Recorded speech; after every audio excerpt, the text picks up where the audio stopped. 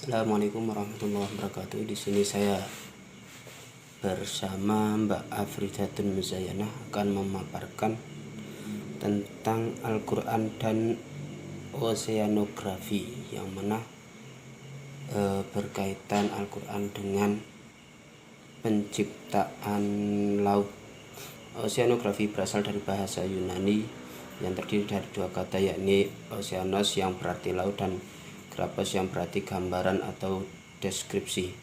Secara sederhana kita dapat mengartikan oceanografi sebagai gambaran atau deskripsi tentang laut dalam pengertian yang lebih lengkap. Oceanografi dapat diartikan sebagai studi dan penjelajahan eksplorasi ilmiah mengenai laut dan segala fenomenanya.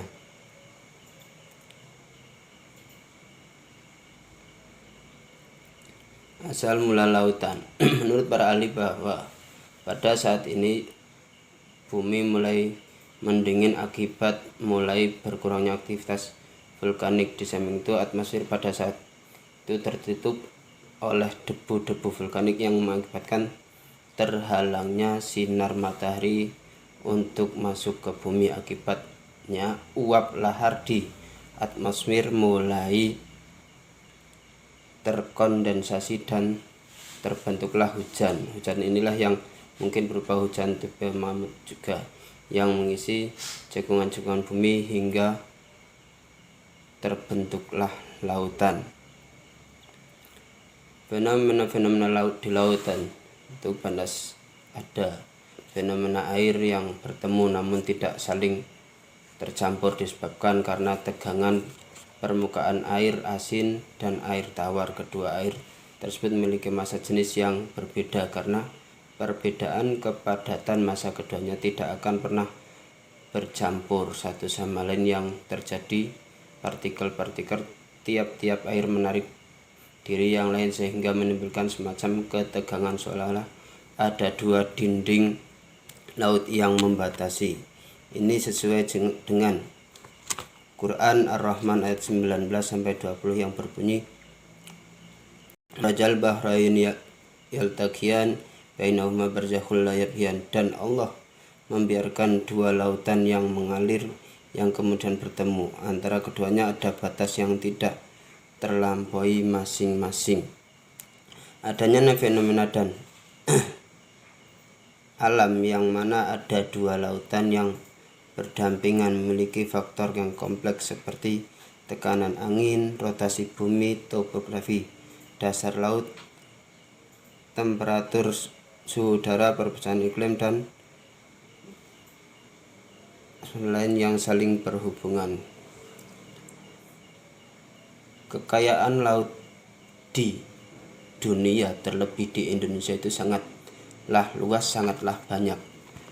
Beribu-ribu, berjuta-juta macam kandungan yang ada di lautan, mulai jenisan ikan sampai terumbu karang. Itu banyak sekali yang bisa kita miliki, bisa kita manfaatkan. Seperti halnya ikan, setiap hari, setiap malam manusia itu selalu berlayar untuk mencari ikan. Tidak cuma hanya untuk menghasilkan yang secara maksimal, tapi terkadang kemaksimalannya itu melebihi, yang mana lebih tanpa memandang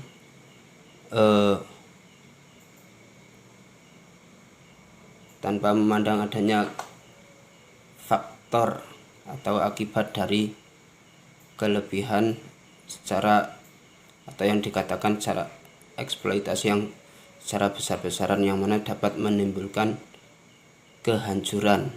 Mungkin mereka berpandangan bahwasanya segala sesuatu yang diciptakan oleh Allah Subhanahu wa taala itu di manusia. Benar, kata-kata itu sangatlah benar, bahwa segala sesuatu yang diciptakan di dunia ini, terlebih yang di lautan, itu semuanya untuk manusia. Kata-kata untuk manusia berarti bukan cuma untuk kita sendiri, tapi manusia pada umumnya. Manusia sekarang ada manusia, nanti juga masih ada manusia. Berarti ketika kita mengambil kekayaan alam yang Allah berikan, berarti juga kita harus merawatnya untuk manusia setelah kita. Baik, untuk kelanjutannya akan disampaikan oleh Mbak Afridatun Muzayyanah. Ombak dan kegelapan di lautan.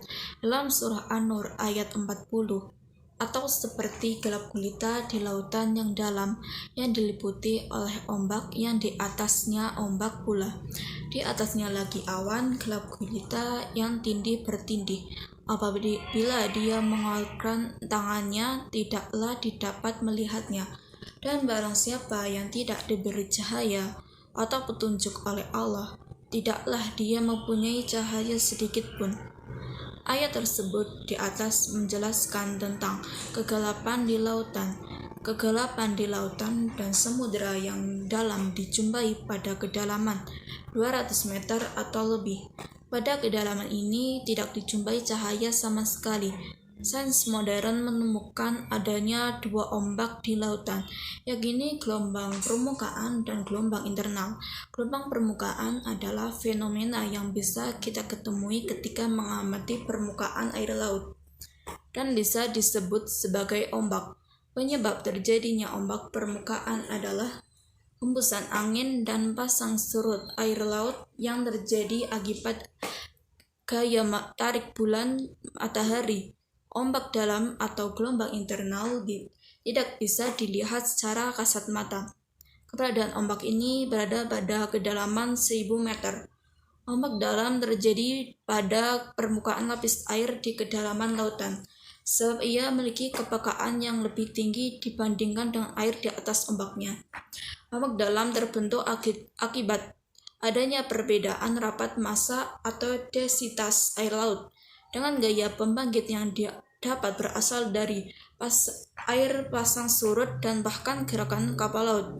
Inilah yang dimaksud dalam firman Allah, ombak di atas ombak. Selanjutnya, api dasar laut. Bagaimana mungkin laut mengandung api yang dapat menyala? Terbukti secara ilmiah bahwa ada gunung berapi yang muncul di dasar laut dan memuntahkan lava.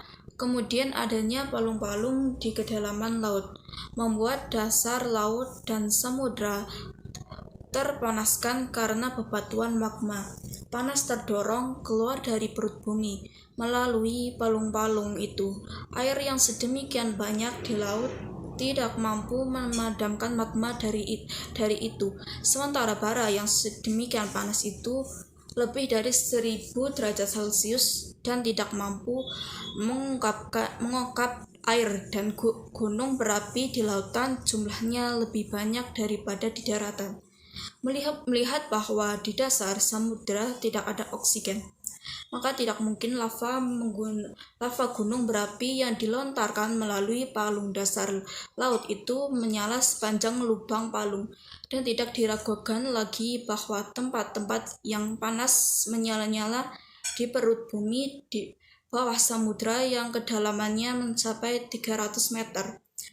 Dasar laut samudra mendidih. Hal ini disesuaikan dengan surah At-Tur ayat 6 yang berbunyi, demi lautan yang terbakar atau terpanaskan. Hal lain yang membuktikan adanya panas di perut bumi adalah api yang dilakukan penambangan minyak dengan cara mengebor dasar laut. Melalui penggalian minyak itu diketahui dengan jelas bahwa pada kedalaman 1100 meter panas akan meningkat sebanyak 3 derajat. Para ilmuwan mengatakan keberadaan gunung-gunung berapi di permukaan bumi dan di dasar lautan adalah bukti kuat dan jelas bahwa di perut bumi terdapat api yang panasnya beribu-ribu derajat Celcius dan masih menyala-nyala sampai sekarang. Demikianlah presentasi dari kelompok kami tentang Al-Quran, Sains, dan Oceanografi. Wassalamualaikum warahmatullahi wabarakatuh.